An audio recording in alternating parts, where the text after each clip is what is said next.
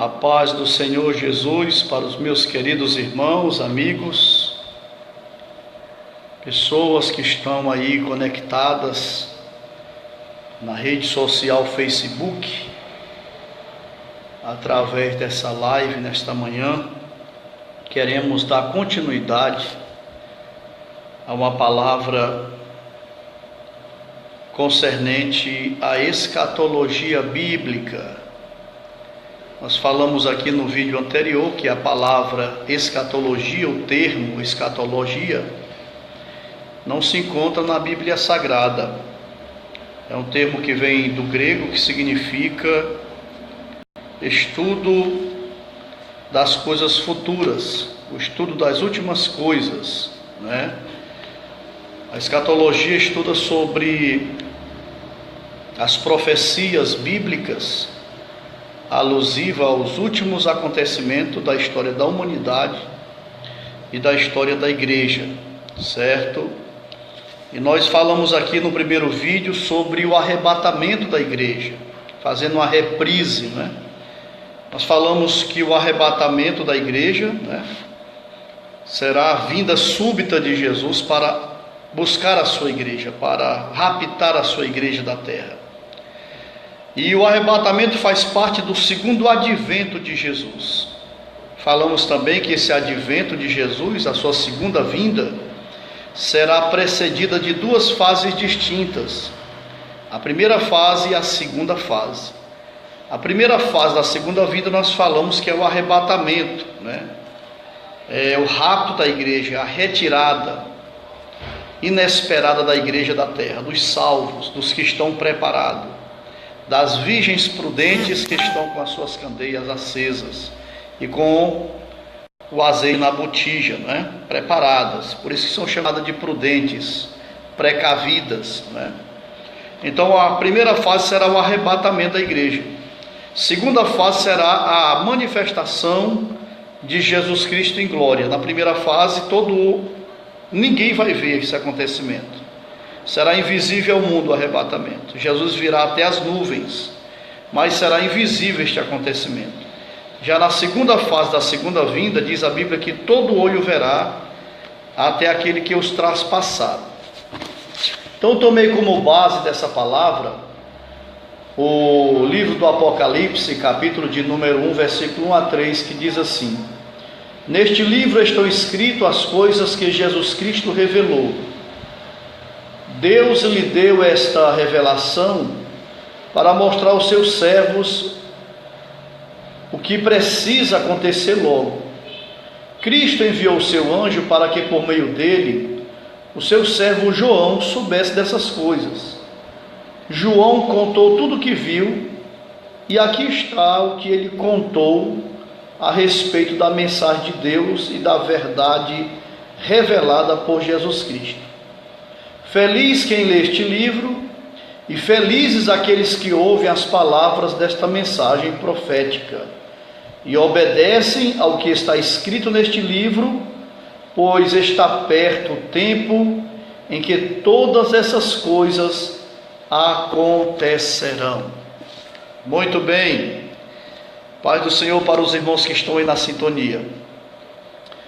Meu amigo, logo após o arrebatamento da igreja, o encontro com Jesus Cristo nos ares, nós seremos conduzidos por Jesus para um lugar chamado Bema, que significa tribunal.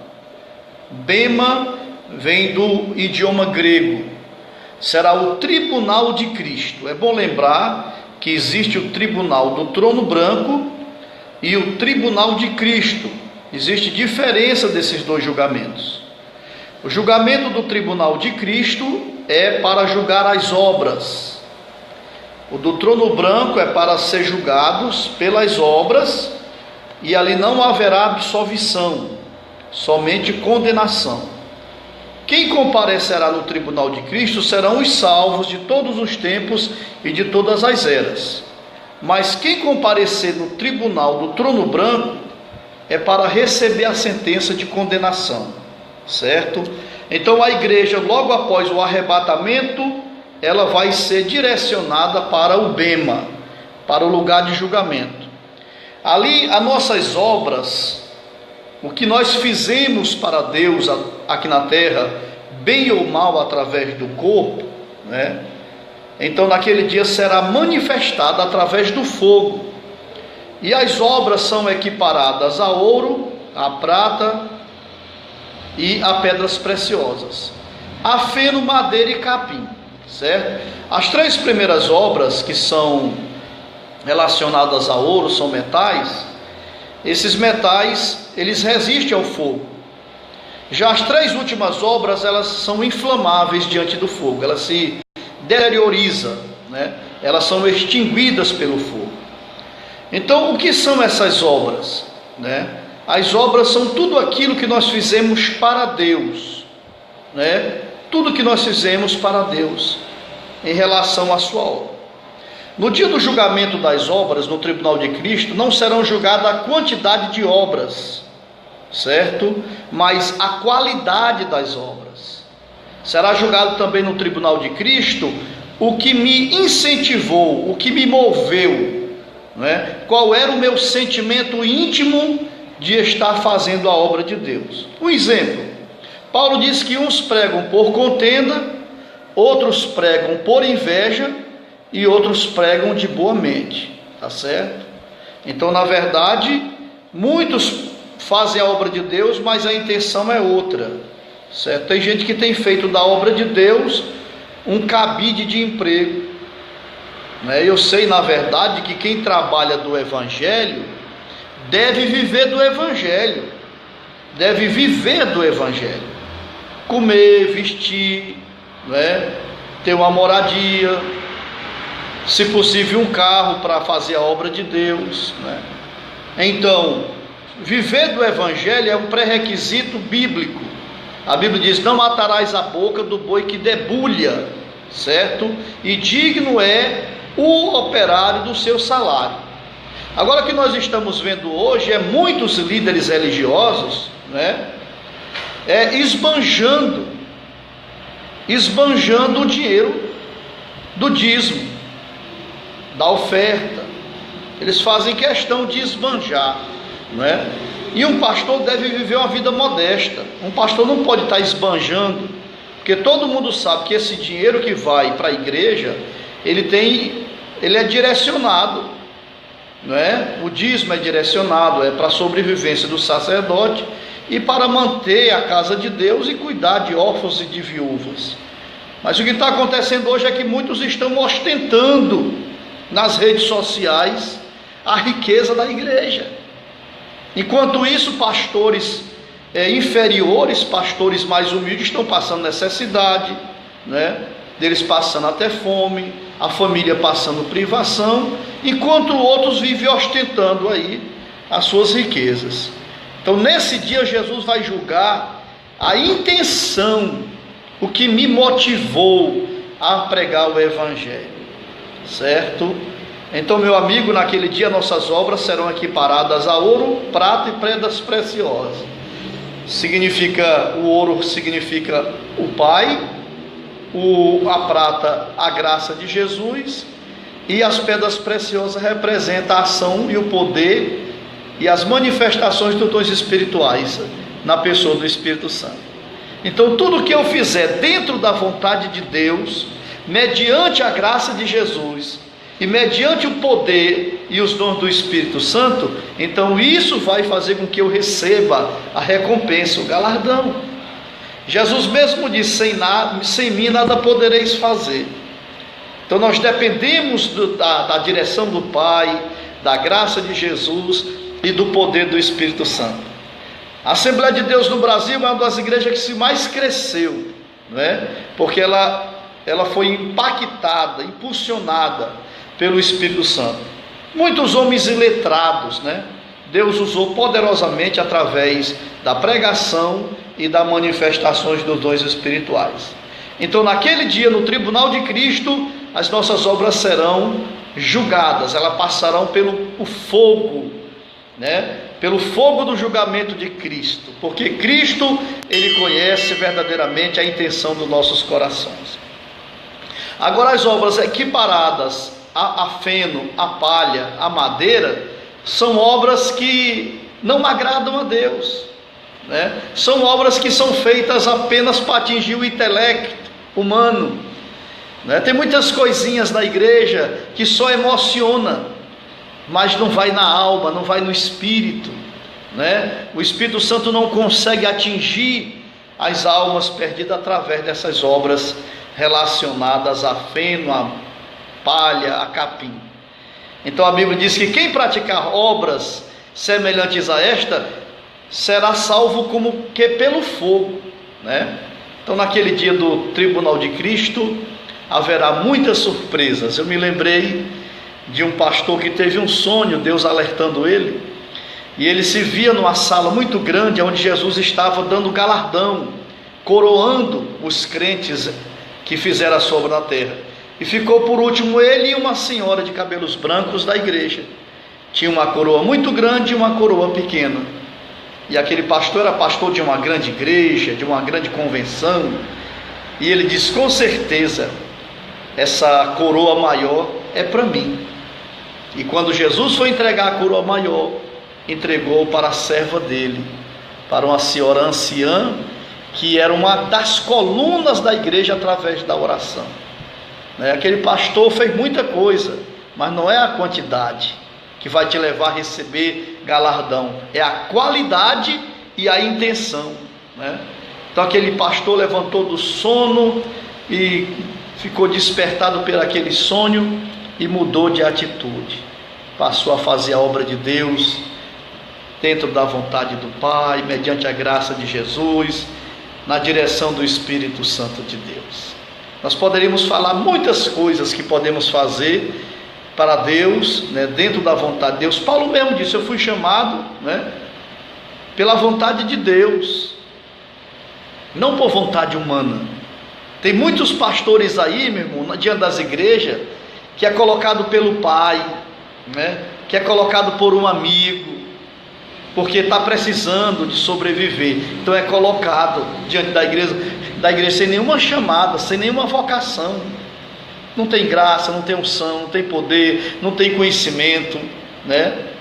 Mas aí está aí diante da igreja e ele vai ser julgado pelas obras que ele faz para o Senhor. Tá certo? Então, arrebatamento da igreja é o primeiro acontecimento. Segundo acontecimento, logo após o arrebatamento, será o tribunal de Cristo.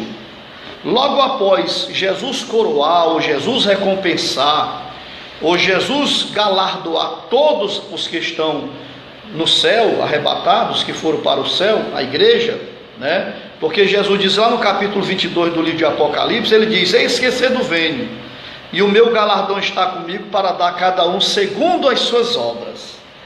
Então logo após o tribunal de Cristo, nós vamos seguir para a sala do banquete, né? Nós vamos para a festa nupcial, aonde Jesus vai contrair matrimônio com a igreja, que é a noiva, né? Israel é a esposa, segundo as profecias, mas a igreja é a noiva de Cristo. E esse casamento simbólico de Cristo, a igreja, é retratado lá no Antigo Testamento, através de Abraão, que representa o pai, através de Isaac, que representa Jesus Cristo, é tipologia bíblica, né? Rebeca representa a igreja, e Eliezer representa o Espírito Santo, que prepara a noiva para encontrar com o noivo, certo? Então nós iremos para as bodas do Cordeiro. Bodas fala de festa de casamento, né? Então a Bíblia diz que bem-aventurados são aqueles que são chamados às bodas do Cordeiro, né? Nós fomos convidados para participar, estar junto com Cristo, e haverá uma grande festa nupcial. Também ali será servida uma grande ceia, né? Uma grande ceia. Jesus falou no capítulo 26 de Mateus que ele comeria novamente, né, o pão e o vinho lá no reino dos céus. Então haverá uma santa ceia e Jesus é quem vai servir a sua igreja. Por quê? Porque Jesus vai honrar a fé da igreja. A fé honra Deus e Deus honra a fé.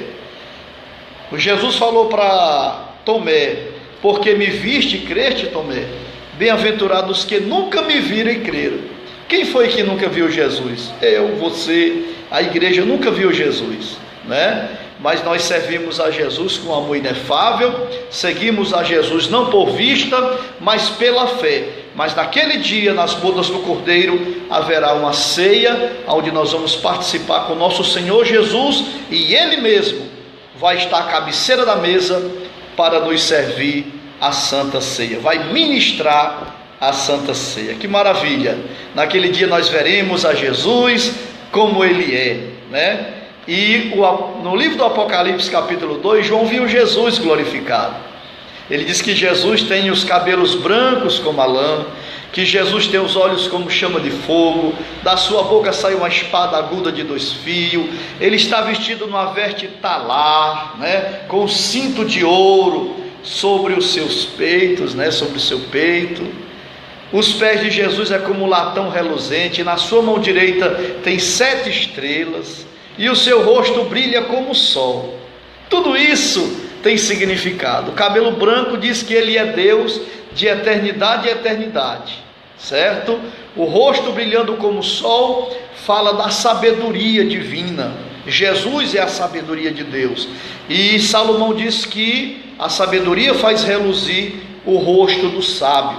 Da sua boca sai uma espada aguda, fala da palavra de Deus, que é como espada afiada de 2 gumes, que penetra, né, até a divisão da alma e do espírito, entre as juntas e medulas, e é apta para discernir as intenções do coração humano.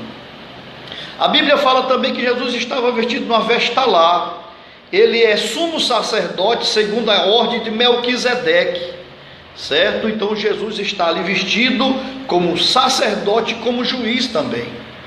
A Bíblia diz que os seus pés é como latão reluzente, como latão refinado numa fornalha. Isso fala de quão formosos são os pés dos que anunciam as boas novas de salvação. Na sua mão direita tem 7 estrelas. As 7 estrelas representam os pastores, os anjos das igrejas, né? Então os pastores estão na destra, direita de Deus, representando o lugar de honra, tá certo? Então João viu Jesus glorificado, e nós vamos encontrar com Jesus glorificado. Iremos para o tribunal de Cristo e depois para as bodas do Cordeiro. Imediatamente, simultaneamente, enquanto a igreja está nas mansões celestiais, participando do tribunal de Cristo e das bodas do Cordeiro, vai dar-se início o período trevoso da grande tribulação. A Bíblia diz: naquele dia, meus amados, se Jesus não abreviasse aqueles dias, nenhuma alma se salvaria. Será o dia da ira do Deus de Jacó, mas a igreja não foi destinada para a ira. Portanto, nós não acreditamos, não cremos, não temos base bíblica para crer que a igreja vai passar pelo período da grande tribulação. Nós vamos ser tirados antes da grande tribulação, porque o anticristo só se manifesta quando a igreja for tirada. Disse o apóstolo Paulo aos Tessalonicenses que tem um que resiste à manifestação do anticristo, até que seja retirada a igreja. A igreja vai ser tirada da terra e o anticristo se manifesta. Está lá no capítulo 6 do Apocalipse, o cavalo branco, o cavalo vermelho, o cavalo amarelo e o cavalo preto. O cavalo branco, o cavaleiro do cavalo branco, que saiu com arco, com coroa sobre a cabeça, saiu vencendo e para vencer. Só que ele não vai vencer, ele sai para vencer, certo? Porque esse cavaleiro do cavalo branco, lá no capítulo 6 do Apocalipse, é o anticristo, é a manifestação da falsa paz. Então, logo após o arrebatamento, o anticristo se manifesta. O que é o anticristo? É a personificação do próprio Satanás. Haverá um tipo de trindade, ou uma tríade, não é? Será o dragão, o anticristo e o falso profeta, que se manifestará no período da grande tribulação.